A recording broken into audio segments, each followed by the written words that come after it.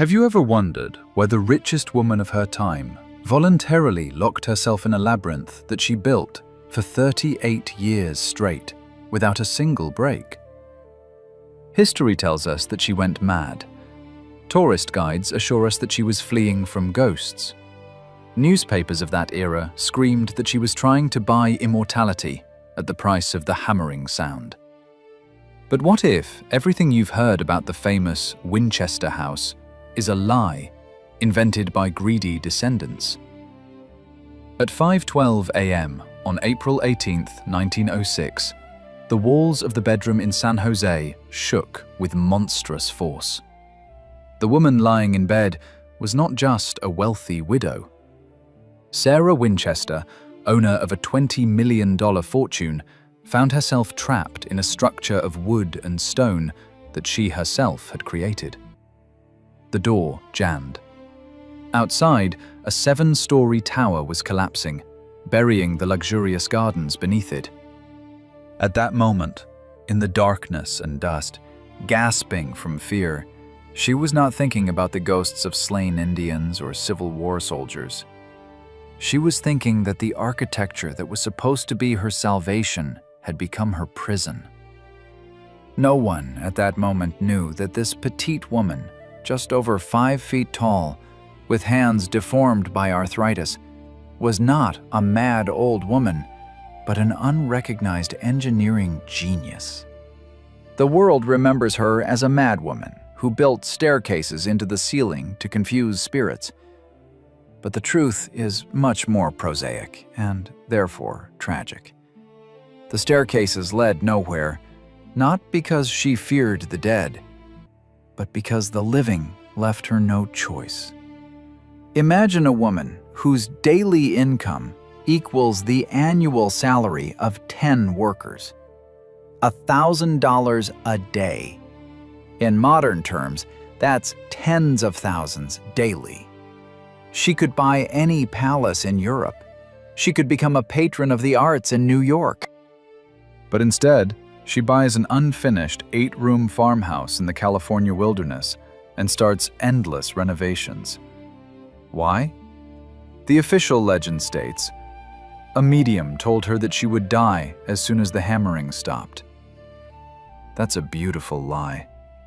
The real reason why Sarah Winchester picked up a pencil and started drawing plans over plans lies not in mysticism, but in mathematics and grief. She was a woman who knew 4 languages, quoted Shakespeare, and solved complex equations, but could not solve one simple problem: how to live on when everyone you love is dead, and the money you have smells of gunpowder and blood. We are accustomed to seeing the Winchester house as a monument to madness, but I invite you to see it as something else. This is not a haunted house. This is an architectural diary of a brilliant mind that tried to rebuild its pain into physical form. And the biggest mystery here is not why the construction never stopped, but why we so readily believe the fairy tale about ghosts, forgetting the person who hid behind these endless walls. Today we will open the door that, they say, leads nowhere, to discover that it led to the very essence of human tragedy.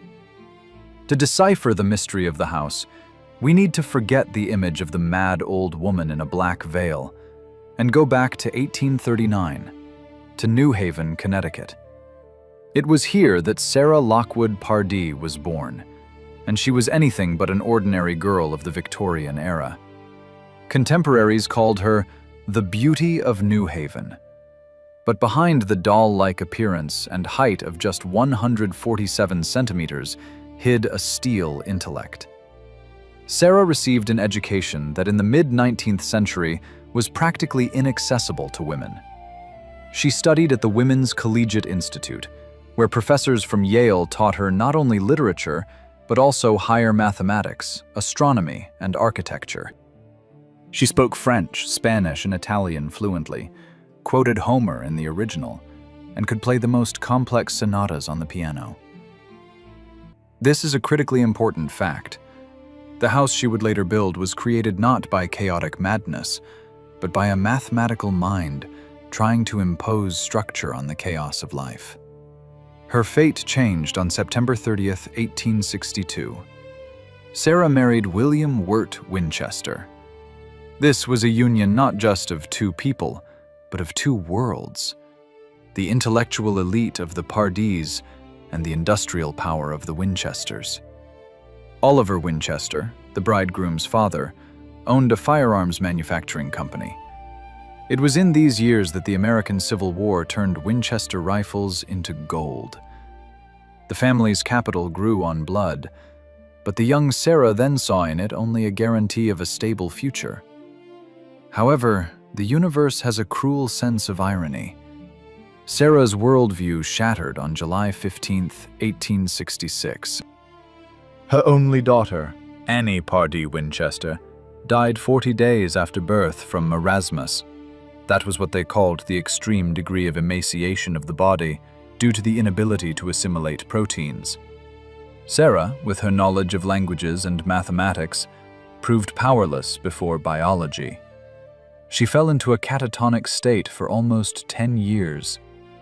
When she began to come to her senses in March 1881, tuberculosis took her husband, William. At just over 40 years old, Sarah was left alone. But she was not just a widow. She was an heiress to an empire. She inherited $20 million and 50% of the company's shares. Imagine that figure. At a time when a worker earned $1.50 for a 12-hour shift, Sarah's income amounted to $1,000 a day. That money burned her hands. She saw in them not luxury, but a reminder that the Winchester Model 1873 rifle, known as the gun that won the West, killed more people than any other weapon of that time. Here we come to the bifurcation point. The legend states that she went to a medium in Boston. History, however, shows that she made a pragmatic decision. Suffering from severe rheumatoid arthritis that twisted her joints, and from deep depression, she decided, on the advice of doctors, not spirits, to change climates. She needed dry air and sun. In 1884, she moves west to the Santa Clara Valley. She sought seclusion, but her ambitions demanded an outlet. Sarah did not want to live in a ready-made mansion of the local elite. She wanted to create her own world, where her rules applied. In 1885, she buys a modest, unfinished farmhouse of Dr. Robert Caldwell. 8 rooms, 160 acres of land. No plans, no architects. It is at this moment that her construction philosophy is born, which will be mistakenly taken for madness. Sarah decided to become the architect of her own reality. She rejected traditional blueprints. Her method was intuitive and experimental. With a bottomless budget, she could afford to build, demolish, and rebuild, simply because she didn't like how the ray of light fell on the parquet. She was fighting, not with ghosts, but with silence. The hammering sound, which echoed around the clock, replaced for her the child's laughter and conversations with her husband. This was not mysticism. This was the therapy of a workaholic who tried to drown out pain with creation. But San Jose society was not ready for such a woman. The local elite expected to see a social lioness who would host balls. Instead, they got a small widow, always dressed in black, who spent her days on the construction site, arguing with foremen about types of wood. She became an outcast by her own choice. The new money of the Winchesters clashed with the conservatism of rural California, and Sarah chose complete isolation behind a cypress hedge that she ordered not to be trimmed so that the world could not peer inside. But there was one person who understood her plans better than others, and whose appearance in the house would forever change the course of construction. This was not a spirit, but a very real man with a pencil behind his ear, whose name history has unjustly forgotten.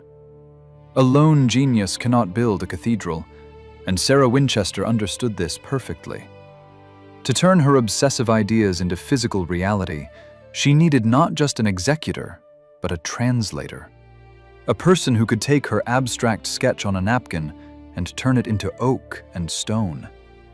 That person became John Hanson. His name is rarely mentioned in guides that prefer to talk about ghosts, but this stern foreman became the second main hero of this drama. Their union was strange, but a strategically brilliant marriage of two worlds. On one side, a petite widow from the East Coast, possessing unlimited capital and encyclopedic knowledge of European architecture. On the other, a pragmatic California builder accustomed to dust and heavy labor.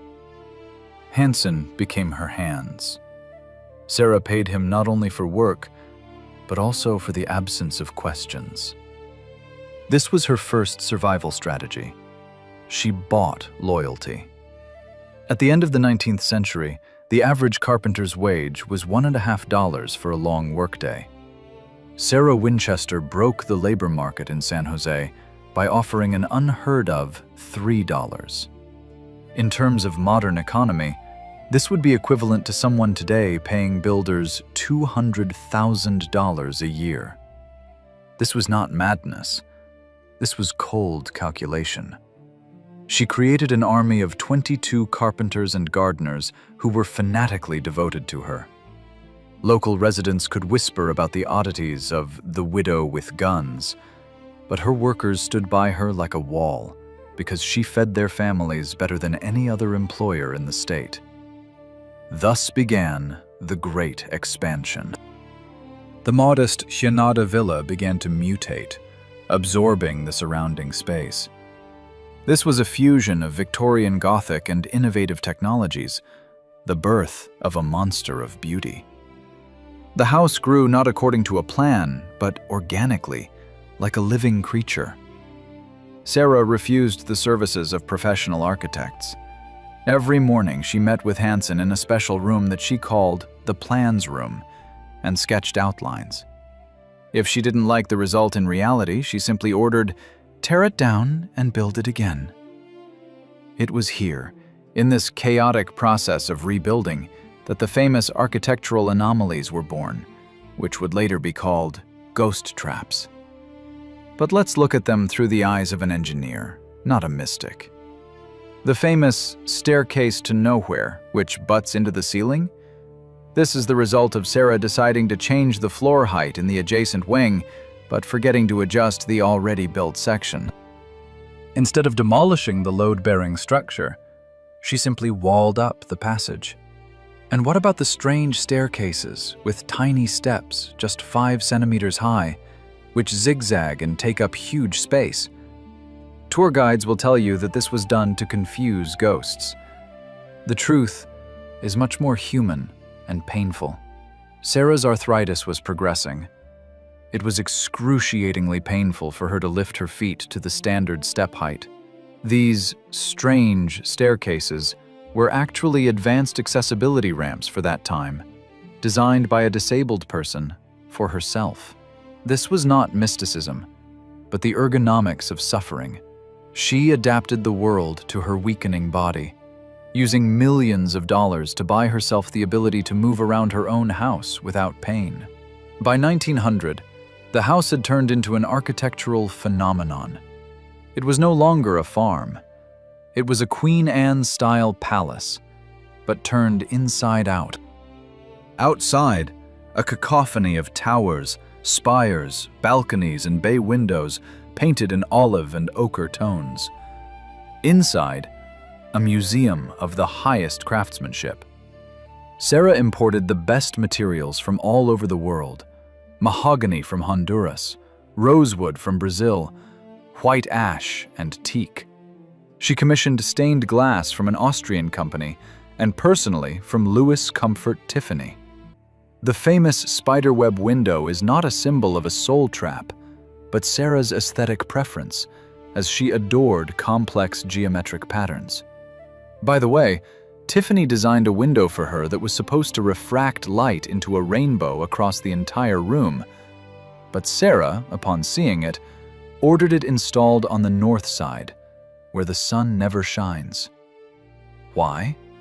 Because for her, the process of creation and possession was more important than the result. This was an act of domination over matter.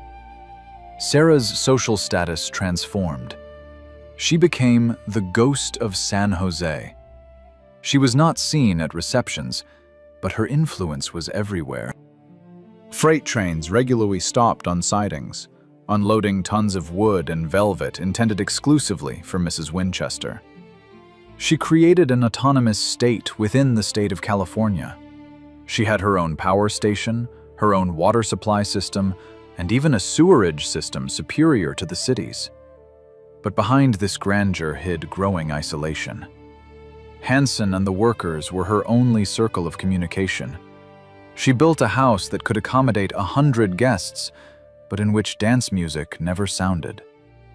The golden cage slammed shut.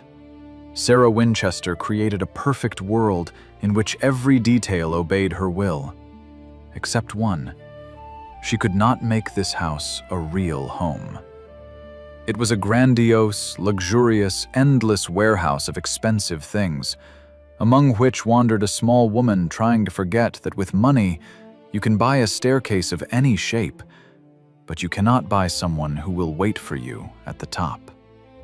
If you try to imagine the Winchester house as a single building, your imagination will fail. By 1900, this estate ceased to be a house in the usual sense, and turned into an architectural organism devouring space. 160 rooms, 24,000 square feet of living space, 10,000 window panes, 40 bedrooms, 47 fireplaces. These figures sound dry until you translate them into the language of human experience. To simply walk around the house, opening each door for 3 seconds, will take you several hours, and you won't repeat the route once. But the true essence of this place is revealed not in scale, but in details. Sarah Winchester's house is the most expensive psychological portrait in history, executed in wood and stone. Every room here is a cast of her mental state. Entering through the front door, which, by the way, Sarah herself almost never used, you enter not a dwelling, but a treasure trove, where the air smells of cedar, wax, and loneliness. Let's go into the grand ballroom. This room cost Sarah $9,000, a sum on which at that time one could build an entire mansion. But here, orchestra music never sounded. The walls are paneled with mahogany and maple, but if you look closely, you will see obsessive, almost manic neatness. The parquet floor is a mosaic of 6 different types of wood, laid so tightly that you cannot slip even a razor blade between the boards. Light enters through stained glass windows with quotes from Shakespeare. 2 stained glass panels deliberately contain hidden messages. The world is wide, but there's no room to turn around. And these same thoughts possess others. These are not messages to spirits. This is the cry of the soul of an educated woman locked in the golden cage of her grief. Sarah was obsessed with beauty that no one saw. She purchased rolls of embossed lincrusta paper, an advanced and insanely expensive material of that time, and wallpapered the walls with it. But often, as soon as she finished a room, she ordered it walled up with new walls, forever burying the luxurious decor in darkness. Archaeologists of the house find layers of expensive wallpapers under layers of plaster. This is the behavior of a collector who buys art not to look at it, but to possess it. In her storerooms lay unopened fabrics from Persia, chandeliers from Venice, and furniture from France, worth $25,000, which never saw the light. This is a symbol of endlessly postponing life for later, which became her reality. Let's proceed further to the famous Winter Conservatory. Here, the floor is made removable so that water from plant watering can be collected and reused in the garden. Sarah Winchester invented a water recirculation system long before it became an ecological trend. This is a stroke to the portrait. She was not a mad spendthrift. She was a calculating innovator. But this rationalism coexisted with deep sentimentality. In one of the bedrooms, known as the Crystal One, the walls were covered with white silk over silver foil to reflect light even from the weakest candle. They say that when Sarah passed through here, her black dress created endless reflections, and she felt less lonely. And now, let's look at what is called oddities through the prism of psychology. The staircase that has 44 steps but rises only 3 meters, making 7 turns. Tourists laugh at it, but imagine the pain in the knees of a 60-year-old woman with severe arthritis. This staircase is not a labyrinth. This is an engineering solution allowing her to ascend to the 2nd floor by shuffling her feet without lifting them high. This is a monument to physical suffering turned into an interior element. Sarah surrounded herself with beauty that frightened. The famous spider-web patterned window, designed by her herself, is often called an occult symbol. But Sarah loved mathematics and complex geometric patterns. The spiderweb for her was the perfection of natural engineering, not a sign of death.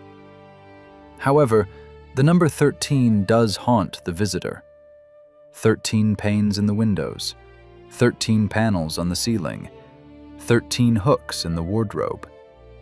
Was this superstition? Or, perhaps, it was her personal joke, a way to control chaos by imposing her own numerical rules on the world. There is a version that many of these 13s were added by carpenters after her death to fuel the legend, but some were indeed her choice. The choice of a woman who sought patterns in a world where the death of her child and husband seemed like cruel randomness. 18 servants and gardeners lived in this house, but they were shadows. Sarah communicated with them through a complex system of signal bells. The house was designed so that the mistress could move around it while remaining invisible. Secret windows in the interior walls allowed her to observe the servants' work without leaving the room. This is the architecture of paranoia and control. She built a universe where she was an all-seeing but invisible deity. The grandeur of the Winchester house is the grandeur of loneliness elevated to the absolute. Here, every bronze door handle and every handmade tile screams one thing: I have the resources to build paradise, but I don't know how to live in it. By 1910, Sarah Winchester faced an enemy that could not be walled up in a wall or bought off with checks. It was not death and not mythical spirits. It was an ethical abyss, on the edge of which she built her castle. We often forget where these endless crates of money came from, arriving at the San Jose station. Every Tiffany-stained glass panel, every pure zinc nail, every sapling of rare cypress was paid for with blood. The Winchester Model 1873 rifle did not earn the nickname, "the gun that won the West," for nothing. It was a weapon that destroyed the indigenous peoples of America, settled bandits' disputes, and killed soldiers.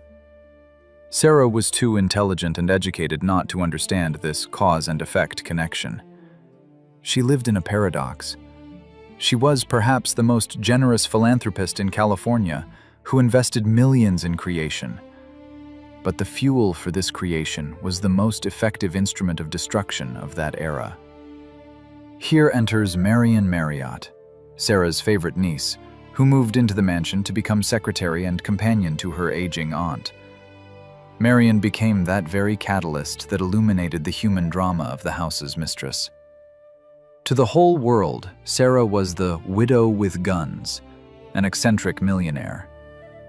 But Marion saw a different woman, a tiny, hunched-over old lady from Paine, whose hands were so deformed by arthritis that she could barely hold a pen. The relationship between these two women reveals to us the true tragedy of the house. Marion was a living reminder of the normal life that Sarah had lost with the death of her daughter and husband. The niece tried to bring light into the house, organize modest tea parties, fill the rooms with laughter. But every time she ran into Sarah's invisible wall of guilt. The mistress of the house forbade photographing herself and covered her face with a veil, not out of fear of spirits, but because of a deep, corrosive feeling of inadequacy. She felt like the keeper of cursed gold. During this period, Sarah's moral ambivalence reaches its peak. Is she a heroine who single-handedly supports the economy of an entire city, providing jobs for dozens of families for decades? Or is she a hypocrite who tries to launder blood money through aesthetics, hiding in a labyrinth of rooms from reality? The viewer must stop and ask themselves this question. We admire the beauty of carved oak, but forget that the price of this oak is thousands of lives cut short by a 38 or 44 caliber bullet. Sarah tried to atone for this guilt through care for her workers. She gave them houses, paid for their children's treatments, knew the names of all their wives. This was an attempt to balance the scales of universal justice. I cannot stop rifle production, her actions seemed to say. But I can turn the profit from death into life for these specific people here in San Jose. The house became not just a refuge. It turned into a giant machine for recycling guilt into art. Sarah's physical sufferings became unbearable. In her final years, she often could not walk and moved around in a special chair. Those very elevators attributed to her laziness or luxury were the only way for her to ascend to the second floor to watch the sunset. At that moment, the house ceased to be a project and became her exoskeleton. The walls supported her when her body failed. But the deepest tragedy lay in the silence. Despite Marion's presence, Sarah remained infinitely lonely in her moral torments. She wrote letters that she never sent and drew plans for rooms she never intended to enter. She created the most complex, expensive, and beautiful golden cage in history, locked herself inside, and threw away the key. And when she looked into her favorite mirrors, she saw there not the ghosts of slain Indians about which the journalist wrote. She saw there a woman who owns the whole world, but with whom there is no one to share even a cup of tea without the shadow of the Winchester name looming over the table.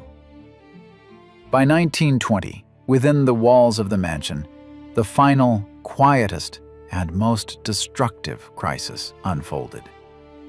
It was not an earthquake catastrophe or the noise of newspaper scandals.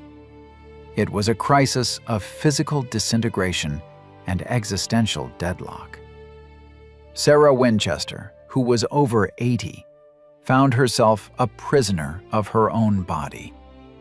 Arthritis and heart failure turned the once energetic architect into an immobile figure, chained to the bed in the Daisy Room. The irony of fate reached its apogee here. While Sarah was fading in California, World War I had just thundered to an end in Europe. The Winchester factories were again operating at full capacity, and the company's stocks soared to the heavens. Money flowed like a river, but now it brought not even the illusion of comfort. For the first time in over 30 years, Sarah realized that her great project, the construction of an endless house, does not save from the finitude of existence. The house was ready to outlive her, but it could not preserve her life. It was at this moment that a fundamental transformation of her goal occurred. If previously Sarah built to occupy herself and give work to others, now she began to prepare to let go of this world. She ceased to be a builder and became a distributor. Her attention shifted from expanding space to organizing her legacy. She began writing her will, and this document became her last, 13th, and perhaps most important architectural project. Here we see the true role of Marion Marriott. Ordinary dynastic logic would dictate passing the mansion to her favorite niece so that she could continue the work. But Sarah performed an act of incredible love and wisdom. She understood that Yanada Villa was not a palace, but a gigantic, voracious monster that required colossal funds and efforts to maintain. She knew that this house, her personal therapy, would become a curse and a financial black hole for anyone else. Sarah makes a decision that completely shatters the myth of her madness. In her will, she generously endows Marion. She bequeaths to her all the furniture, personal belongings, jewelry, and huge sums of money. But the house itself? The house she orders to be sold. She does not bind her niece to these 160 rooms. She gives her freedom from them. This was a moment of transcendence. Sarah realized that true wealth is not walls and towers, but the opportunity to live one's own life, unburdened by the past. Moreover, Sarah rethought the origin of her money. She could not undo the deaths caused by rifles, but she could direct the profits to fight another kind of death. The bulk of her estate she bequeathed to create a tuberculosis clinic at the hospital in New Haven. Recall, her husband died of tuberculosis. The circle closed. Money from weapons that kill people was directed to save people from the disease that killed her love. This was her final moral gesture, an attempt to restore balance in the universe. The servants, who had lived for decades in the shadow of her greatness, were also not forgotten. In the will, she stipulated generous lifelong pensions for the gardeners, carpenters, and maids. She gave them the houses in which they lived. This shows that behind the mask of a recluse hid a person deeply attached to those few people who were around. She transformed her power as mistress into the care of a guardian. On September 5, 1922, Sarah Winchester passed away in her sleep. Immediately after her last breath, silence fell, which the house had not heard for 38 years. The workers, upon learning of the mistress's death, according to legend, stopped right in the middle of hammering a nail. But the truth is deeper. They stopped not out of fear of spirits, but because they knew. The financial flow had dried up, but their future was already secured by the last will of this strange woman. The crisis of death turned into liberation. Sarah did not become a ghost of her house. She disassembled her life into parts. Furniture to the niece, money to the sick, houses to the servants, and the mansion itself she left as an empty shell, a gigantic shell, from which the living being had departed. She did not try to take it with her, or make it a museum of her ego. She simply left it to history, understanding that the true value was not in the result of the construction, but in the process itself, which allowed her to breathe all these years. The story of Sarah Winchester did not end with her last breath. On the contrary, it was at this moment that the house's second life began, a life built on the greatest irony. Immediately after the mistress's death in September 1922, a procession of trucks pulled up to the mansion. According to the will, all movable property passed to the niece Marion, who, following her aunt's wishes, took everything. It took 6 weeks and 8 trucks a day to haul out the furniture, carpets, paintings, and dishes. The house was left empty. A huge, echoing skeleton, devoid of soul. And here the numbers speak louder than any words. Sarah spent $5.5 million on construction, an astronomical sum equivalent to $75 million today. But when the empty house was put up for auction, it was appraised as having no value. Due to the strange layout and earthquake damage, it was sold to local investors for just $135,000. This was a financial crash, but it was precisely this that opened the door to the birth of the legend. The new owners, John and Mame Brown, were marketing geniuses. They understood what Sarah did not. People love, not architecture. People love fear. Just 5 months after the death of the recluse who had hidden from prying eyes for 38 years, the house doors swung open to the public. The woman who built a hedge so that the world wouldn't look at her became California's main tourist attraction. Tour guides began telling stories that Sarah slept in different rooms, fleeing from ghosts, although in reality she was simply looking for a place where her arthritis would react less to drafts. Today, 100 years later, more than 12 million people have walked the corridors of the Winchester house. We look at the staircases leading into the ceiling and laugh at the eccentricities of the rich widow. But let's stop and think. What does this house really teach us today? This is not a story about ghosts. This is a monumental warning that money cannot heal trauma.